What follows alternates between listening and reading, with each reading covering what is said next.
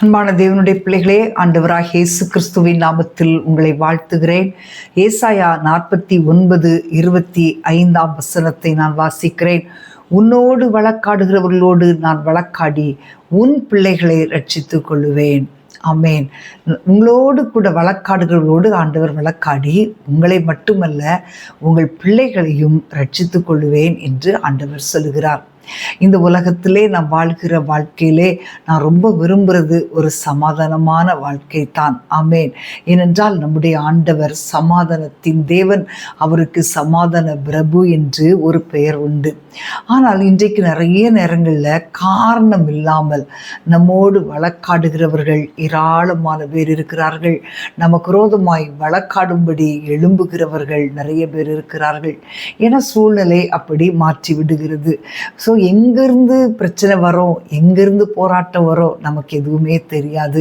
அன்பான தேவனுடைய பிள்ளைகளே, காரணமின்றி வழக்காடுகிறவர்கள் ஆண்டவர் சொல்லுகிறார், உன்னோடு வழக்காடுகிறவர்களோடு நான் வழக்காடி உன் பிள்ளைகளை ரட்சித்து கொள்ளுவேன். ஆமேன்.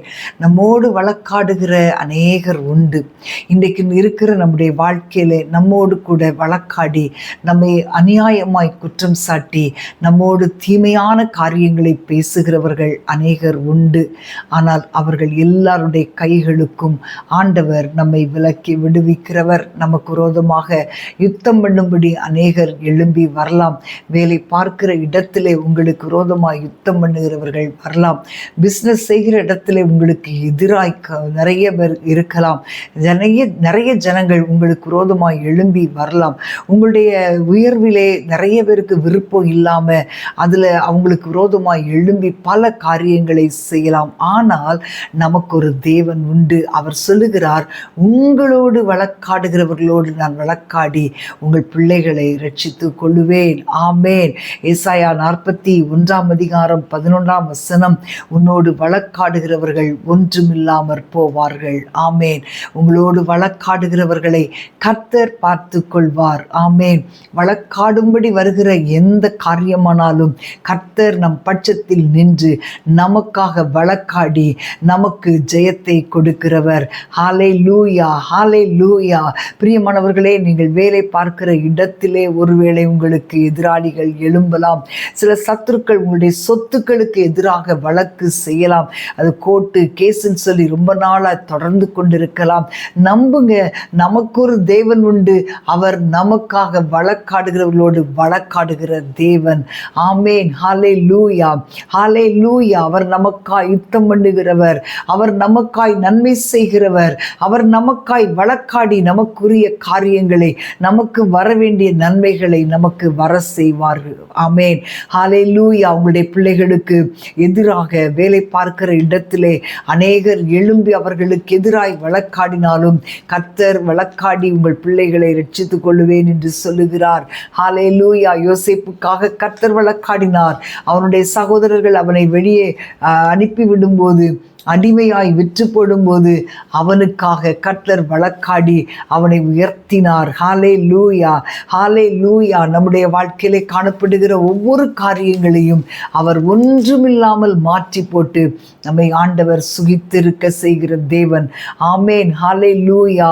எங்கே பார்த்தாலும் சில வேளையில் அப்படியே நம்மோடு கூட நிறைய பேர் வழக்காடிட்டே இருப்பாங்க.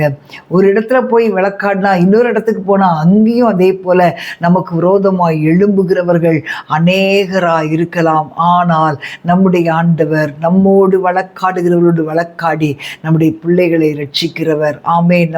நமக்காக வழக்காடி நமக்கு வெற்றியை கர்த்தர் கட்டளிடுகிற தேவன். நம்முடைய பிள்ளைகளையும் அவர் வாழ்ந்திருக்க செய்வாராக. ஆமேன். நாம் ஜெபம் பண்ணுவோமா? அன்பின் ஆண்டவரே, ஸ்தோத்தரிக்கிறோம் அப்பா. தகப்பனே, உடைய பிள்ளைகளுக்காய் ஜெபிக்கிறேன் அப்பா. ஏதோ ஒரு காரியத்தில் உடைய பிள்ளைகள் ஆண்டவரே இந்த காரியத்தை நான் பார்க்க வேண்டும், எனக்காக வழக்காடுகிற தேவன் நீரல்லவா ஆண்டவரே, எங்களுக்காக எதிர்த்து நிற்கிறவர்கள் ஏராளமாக இருக்கிறார்களே என்று சொல்லி பயந்திருக்கிற உடைய பிள்ளைகளுக்காய் என் ஆண்டவர் எழும்பி நின்று வழக்காடுகிற தேவனாய் கடந்து வருகிறபடியால் மை துதிக்கிறோம் அப்பா. தகப்பனே, உடைய பிள்ளைகளுக்கு எதிரான ஒவ்வொரு ஒவ்வொரு காரியங்களுக்காக என் ஆண்டவர் நீர் எழும்புகிறதற்காக ஸ்தோத்திரம். உடைய பிள்ளைகளுக்கு ஜெயத்தை கொடுக்கிறதற்காக ஸ்தோத்திரம். கலங்க பண்ணுகிற காரியங்களை சிதறடிக்கிறதற்காக ஸ்தோத்திரம். இயேசுவின் நாமத்தில் பிதாவே, ஆமேன், ஆமேன்.